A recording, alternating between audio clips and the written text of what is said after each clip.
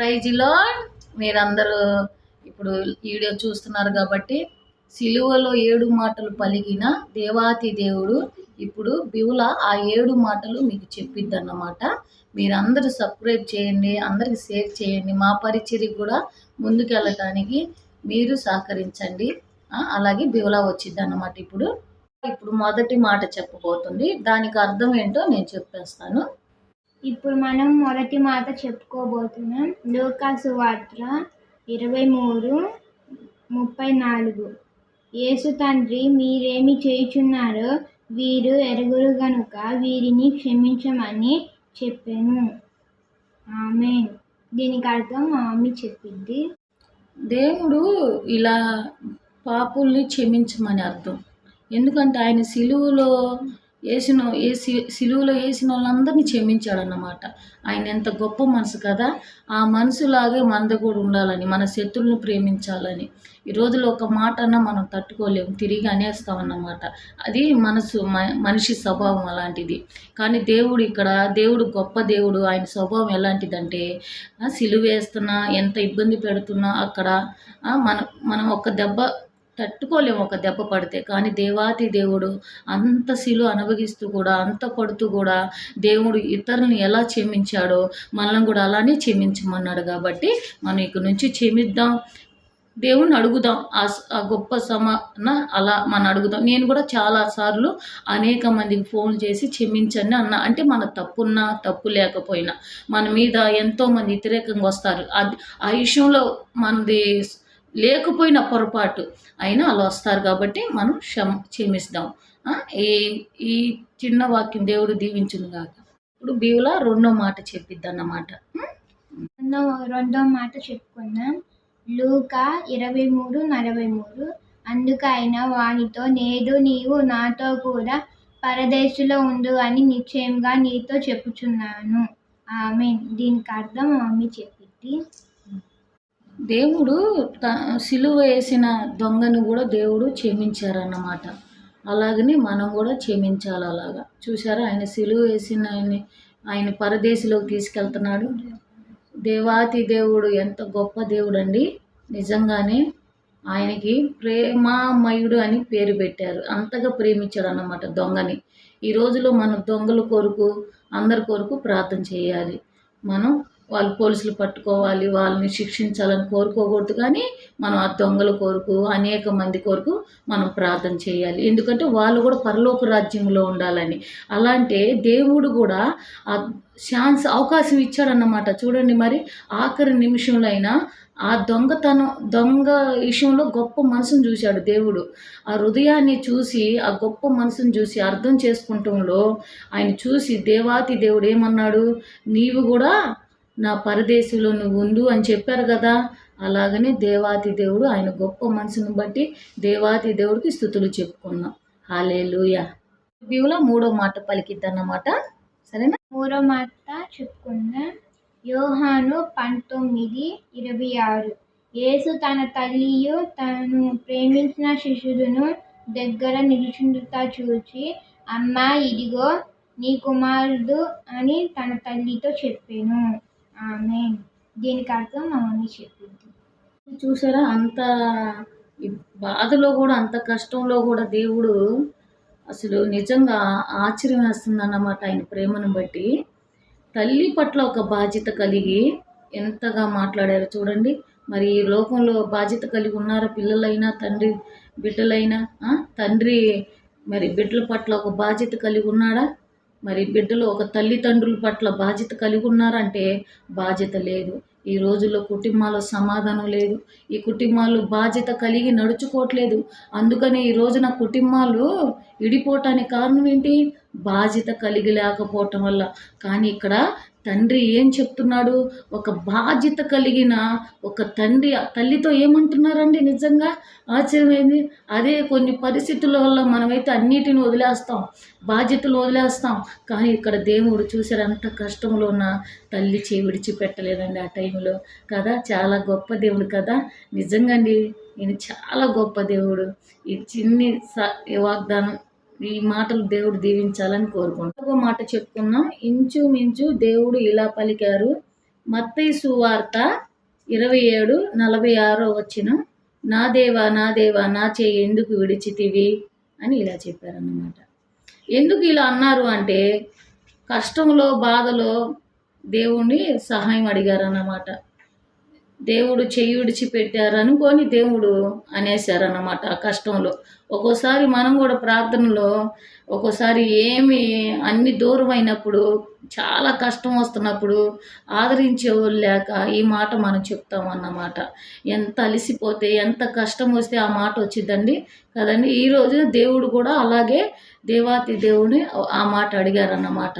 నా చెయ్యి ఎందుకు విడిచితివి అని ఎందుకు అన్నారు ఆ మాట? ఎంత బాధ వస్తుంది. ఈ రోజుల్లో మనం కూడా కష్టం వస్తే అప్పుడప్పుడు, కానీ ఈ మాట అనకూడదు మనం. ఈ మాట అయితే మనం అనకూడదు అన్నమాట. ఎందుకు నా చెయ్యి విడిచావు ప్రభువా, నా చెయ్యి ఎందుకు వెళ్ళిపోయావు నన్ను వదిలిపెట్టి అన్నమాట. ఆయన వదిలిపెట్టే దేవుడు కాదు, చెయ్యి విడిచిపెట్టే దేవుడు అయితే కాదు. దేవాతి దేవుడు కష్టంలో బాధలో మనకి సహాయం చేసే దేవుడు అన్నమాట. ఈ మాటలు దేవుడు దీవించును గాక. ఇప్పుడు బివలా చెప్పిద్ది నా 5వ మాట చెప్పుకుందాం. యోహాను 19:28. అటు తర్వాత సమస్తము అప్పటికి సమాప్తమైనదని యేసు ఎరిగి లేఖనము నెరవేరునట్లు నేను దప్పిగొనుచున్నాను. ఈ మాటకి మా మమ్మీ అర్థం చెప్పింది. ఈ 5వ మాటకి అర్థం ఏంటంటే మీకు అర్థమయ్యేలాగా చెప్తాను అన్నమాట.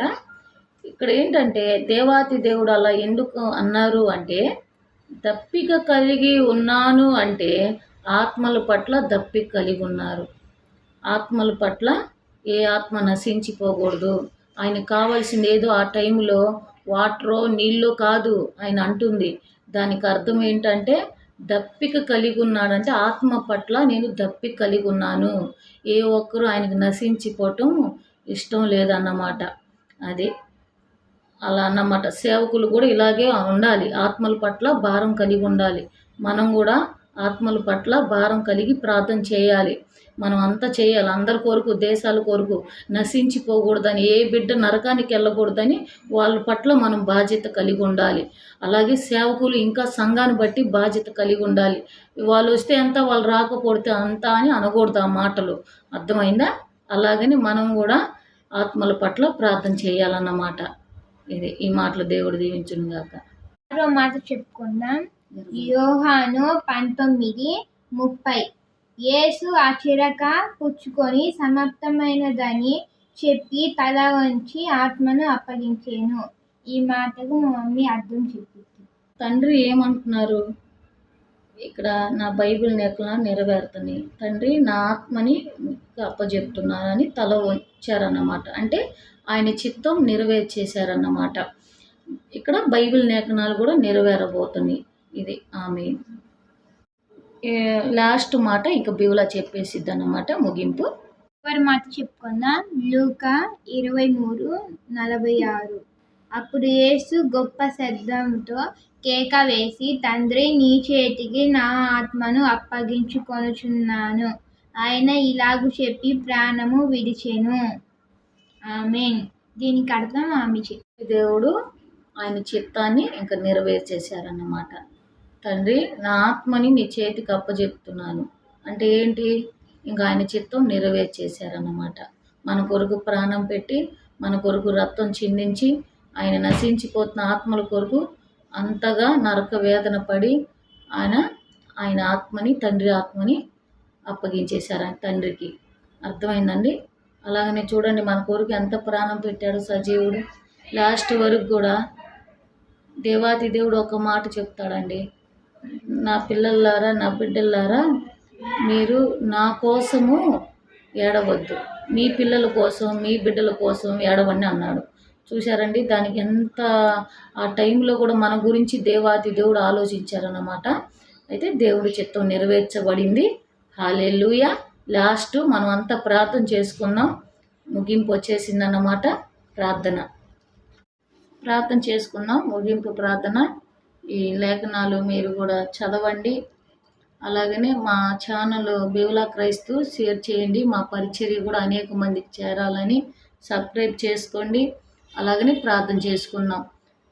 పరిశుద్ధాత్మ దేవుడా వందనాలయ్యా, స్తోత్రాలు స్తోత్రాలయ్యా. మా కొరకు ప్రాణం పెట్టి మా కొరకు రక్తం చిందించి ప్రభువా సర్వలోకము కొరకు ప్రాణం పెట్టావయ్యా, రక్తం చిందించావు. సజీవుడుగా మృత్యుంజయుడుగా నువ్వు లేసావు ప్రభువా, వందనాలు స్తోత్రాలయ్యా. నీ వంటూ వారు ఎవరు లేరు నా తండ్రి, సమాధిని జయించిన వాడంటూ ఎవరు లేరు ప్రభువా.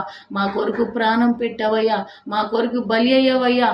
మేము చేసిన పాపాల కొరకు నా తండ్రి, మేము చేస్తున్న పొరపాట్లు, మేము పడిన అయ్యా మా దోషాల కొరకు పరిశుద్ధాత్మ దేవుడా అయ్యా, మేము చేస్తున్న పాపాల కొరకు మీరు ప్రాణం పెట్టారు నా తండ్రి. మీకే వందనాలు స్తోత్రాలు ప్రభా. అయ్యా మీకే వేలాదులు స్తుతులు స్తోత్రాలు. ఇంతవరకు మా పరిచర్యను మీరు నడిపించినందుకు వందనాలయ్యా. 7 మాటలు మీరు దీవించండి. ప్రతి హృదయాన్ని ప్రభా, రక్షణ లేని వారు ప్రభా అయ్యా ఈ మాటలు తెలుసుకోవాలేసయ్యా, నిన్ను గురించి తెలుసుకోవాలయ్యా. వాళ్ళ హృదయాల్ని తెరవండి అయ్యా. పాపంలో శాపంలో బంధకాల్లో ఉన్న వారికి విడుదల దయచేయండి ప్రభా. మీరు జ్ఞాపకం చేసుకోండి ప్రభా. ప్రాణం పెట్టింది ఒకే ఒక్క దేవుడని, సజీవుడని తెలుసుకునే కృపనివ్వండి అయ్యా. మీరు దర్శించండి ప్రభా, మీరు దర్శించండి అయ్యా. మీరు దీవించండి ప్రభా. అనేక మందికి ఆశీర్వదకరంగా ఉంచండి నా తండ్రి. దేవా వందనాలు. హల్లెలూయా. హోలీ స్పిరిట్ పరిశుద్ధాత్మ దేవుడా, ఇంతవరకు ప్రభా తండ్రి మాకంతగా బైబిల్ ట్రైనింగ్ లేదు. పరిశుద్ధాత్మ మీ ట్రైనింగ్తోనే ఆత్మస్వరూపి రీబాల రసి కందల రబల బలబ రీకందర్ రీబాబా ఆత్మస్వరూపి మా మధ్యలో ఉండి 7 మాటలు మా చేత పలికించినందుకు వందనాలు ప్రభా. అవునయ్యా, నీ బైబిల్ లేఖనాలు నెరవేరి నీ తండ్రి. అవును ప్రభా, నీ లేఖనాలు నెరవేర్చావు నా తండ్రి. లాస్ట్ వరకు నా తండ్రి నమ్మకంగా తండ్రికి పరిశుద్ధంగా నా తండ్రి మీరున్నారు నా తండ్రి. వందనాలు. అట్టగా మేము కూడా పరిశుద్ధంగా ఉండాలని, కడ వరకు నా తండ్రి నీకు నమ్మకంగా ఉండాలని పరిశుద్ధాత్మ దేవుడా మమ్మల్ని పిలిచి ఉన్నావయ్యా. మీకే స్తోత్రం స్తోత్రం అయ్యా. అయ్యా కడ వరకు నా తండ్రి నీ చేయి విడిచి పెట్టకుండా అటు కృపని మాకు ఇస్తున్నందుకు వందనాలు అయ్యా. దీవించండి. కొత్త పరిచర్యని మీరు ఆశీర్వదించి అనేక మందికి చేర్చమని కోరుతున్నాం ప్రభా. యేసయ్యా ఈ చిన్ని ప్రార్థనలు మీ పరలోక రాజ్యానికి చేర్చుకోమని యేసు క్రీస్తు నామములో అడిగి వేడుకుంటున్నాం తండ్రి. ఆమేన్. ఆమేనండి.